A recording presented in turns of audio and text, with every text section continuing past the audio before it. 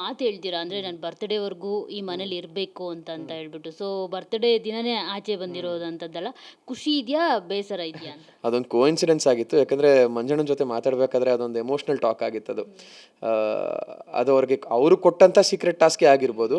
But ನನ್ನ ಜೊತೆ ಮಾತಾಡಿದಾಗ ಅವ್ರ ಭಾವನೆಗಳು ಯಾವುದು ಸುಳ್ಳು ಅಂತ ನನಗೆ ಅನ್ನಿಸ್ಲಿಲ್ಲ. ಅವ್ರು ಅಷ್ಟು ಚೆನ್ನಾಗಿ ನಿಭಾಯಿಸಿರ್ಬಹುದೇನೋ. ಆವಾಗ ಮಾತಾಡ್ತಾ ಮಾತಾಡ್ತಾ ಫ್ಲೋಲ್ಲಿ ಬಂದಂಥ ಮಾತದು. ಅದೆಲ್ಲೋ ಕೋಇನ್ಸಿಡೆನ್ಸ್ ಆಗೋಯ್ತು ಅಥವಾ ಅದೆಲ್ಲೋ ಮ್ಯಾನಿಫೆಸ್ಟ್ ಆಗೋಯ್ತು ಅಂತ ಅನಿಸುತ್ತೆ. ಖಂಡಿತ ಖುಷಿ ಇಲ್ಲ. ಇದು ಬರ್ಡೇಗೆ ನನಗೆ ತುಂಬ ಭಾರವಾದಂಥ ಗಿಫ್ಟ್ ಇದು. ಬಟ್ ನೀವು ನಿಮ್ಮನ್ನ ಕಳ್ಸಿದ್ದು ಯಾರು ಬಿಗ್ ಬಾಸ್ ಮನೆಗೆ? ಅಂದರೆ ನಿಮ್ಮನ್ನ ಬಿಗ್ ಬಾಸ್ ಮನೆಗೆ ಹೋಗಿ ಅಂತ ಕಳ್ಸಿದ್ದು ಯಾರು? ಬಿಗ್ ಬಾಸಾ ಮಂಜಣ್ಣನ? Bigg Boss. ಬಿಗ್ ಬಾಸ್ ಅಲ್ವಾ? ನೀವು ಮಂಜಣ್ಣನ ಹತ್ರ ಯಾಕೆ ನಾನು ಇಲ್ಲಿ ಬರ್ತ್ಡೇವರೆಗೂ ಇರಬೇಕು ಅಂತ ರಿಕ್ವೆಸ್ಟ್ ಮಾಡ್ಕೊಳ್ತೀರಾ? ಮಂಜಣ್ಣ ಡಿಸೈಡ್ ಮಾಡ್ತಾರಾ ಬಿಗ್ ಬಾಸ್ನ ಅಂತ? ಇಲ್ಲ ಅದು ರಿಕ್ವೆಸ್ಟ್ ಮಾಡ್ಕೊಂಡಿದ್ದಲ್ಲ. ನನ್ನ ಮನಸ್ಸಲ್ಲಿದ್ದಂಥ ಒಂದಷ್ಟು ಗೊಂದಲ ಆ ವಾರ ತುಂಬ ಗೊಂದಲದಲ್ಲಿದ್ದೆ ನಾನು. ಯಾಕಂದರೆ ವೀಕೆಂಡಲ್ಲಿ ಏನೋ ಒಂದಷ್ಟು ವಿಷಯಗಳು ಬಂದಿತ್ತು. ಅದನ್ನೆಲ್ಲ ಇಟ್ಕೊಂಡು ಬೌನ್ಸ್ ಬ್ಯಾಕ್ ಆಗಬೇಕು ಅನ್ನೋ ಒಂದು ಪ್ರಯತ್ನದಲ್ಲಿ ಇದ್ದಂಥದ್ದು. ಅದೇ ಕಾರಣಕ್ಕೆ ಒಂದಷ್ಟು ನಾನು ಚೈತ್ರ ಸೇರ್ಕೊಂಡು ಸ್ಕಿಟ್ ಮಾಡಿದ್ದು ಆ್ಯಂಡ್ ಆ ಟಾಸ್ಕ್ಗಳ ಆಡಿದ್ದು ಇದೆಲ್ಲ ಆಡ್ತಿದ್ದಂಥ ವಾರ ಅದು. ಅಲ್ಲೆಲ್ಲೋ ಒಂದು ಸ್ವಲ್ಪ ಲೋ ಫೀಲ್ ಇದ್ದಾಗ ನಮ್ಮವರು ಅಂತ ಯಾರಾದರೂ ಒಬ್ಬರು ಬಂದು ಏನಾಗಿದೆ ಆರಾಮಾಗಿದೆಯಾ ನೀನು ಅಂತ ಕೇಳಿದಾಗ ಒಂದಷ್ಟು ಬರ್ಸ್ಟ್ ಔಟ್ ಆಗ್ತೀವಿ ನಾವು. ಸೊ ಆ ಟೈಮಲ್ಲಿ ಹೇಳಿದಂಥ ಮಾತುಗಳದು. ಇವಾಗ ಮಂಜಣ್ಣ ಆ ಪೊಸಿಷನಲ್ಲಿದ್ದು ನಾನು ಡಿಸೈಡ್ ಮಾಡ್ತಾರೆ ನಾನು ಹೋಗೋದು ಬಿಡೋದು ಅನ್ನೋ ಕಾರಣಕ್ಕೆ ಹೇಳಿದ್ದಲ್ಲ.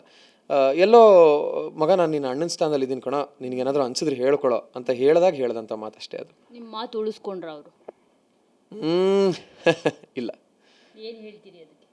ಏನು ಬಿಗ್ ಬಾಸ್ ಮನೇಲಿ ಏನೇ ನಡೆದ್ರೂ ಅದು ಯಾವುದು ತಪ್ಪು ಅಂತ ಹೇಳೋಕ್ಕಾಗಲ್ಲ. ಫಾರ್ ಎಕ್ಸಾಂಪಲ್ ಏನೇ ಸ್ಟ್ರಾಟಜೈಸ್ ಮಾಡಿಕೊಂಡು ನೀವು ಹೇಳ್ದಂಗೆ ಟಾರ್ಗೆಟ್ ಮಾಡ್ಕೊಂಡೆ ನಾಮಿನೇಟ್ ಮಾಡಿದ್ರು ಅದು ಯಾವುದೂ ತಪ್ಪಲ್ಲ. ಆ ಆಟಕ್ಕೋಸ್ಕರ ಅವ್ರಿಗೆ ಅದು ಅನಿಸಿದ್ರೆ ಅದನ್ನು ಮಾಡ್ಬೋದು. ಬಟ್ ನಿಮಗೆ ಮಾತು ಕೊಡ್ತಾರೆ ಅವರು, ನಾನು ಉಳಿಸ್ಕೊಳ್ತೀನಿ ಮಗ ನಿಮ್ಮನ್ನ ಬರ್ತ್ಡೇವರೆಗೂ ಅಂತ ಹೇಳ್ಬಿಟ್ಟು.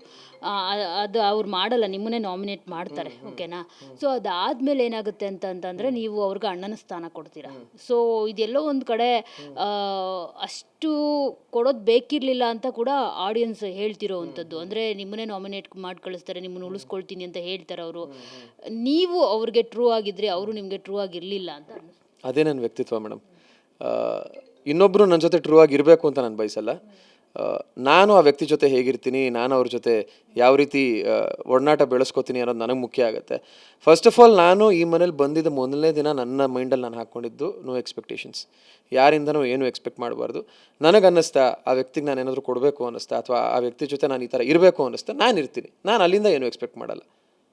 ಸೊ ನಾನು ಏನು ಎಕ್ಸ್ಪೆಕ್ಟ್ ಮಾಡಲಿಲ್ಲ ಅಂದರೆ ನನಗೆ ಬರ್ಡನ್ ಇರಲ್ಲ ಇಲ್ಲಿ.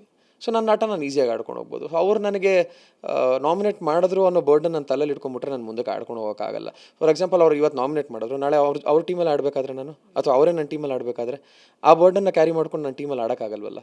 ಸೊ ಆ ವಾರ ಪೂರ್ತಿ ನಾನು ಪರ್ಫಾರ್ಮೆನ್ಸ್ ಇಲ್ದಂಗೆ ಕುಗ್ಗೋಗ್ತೀನಿ. ಸೊ ಅದಕ್ಕೆ ಆ ಬರ್ಡನ್ನು ಕ್ಯಾರಿ ಮಾಡಬಾರ್ದು ಅಂತಲೇ ಇದ್ದಿದ್ದು ನಾನು. ಹೊರಗಡೆ ಶಿಶಿರ್ ಅವ್ರ ಬಗ್ಗೆ ಒಂದಷ್ಟು ಅಭಿಪ್ರಾಯಗಳಿತ್ತು.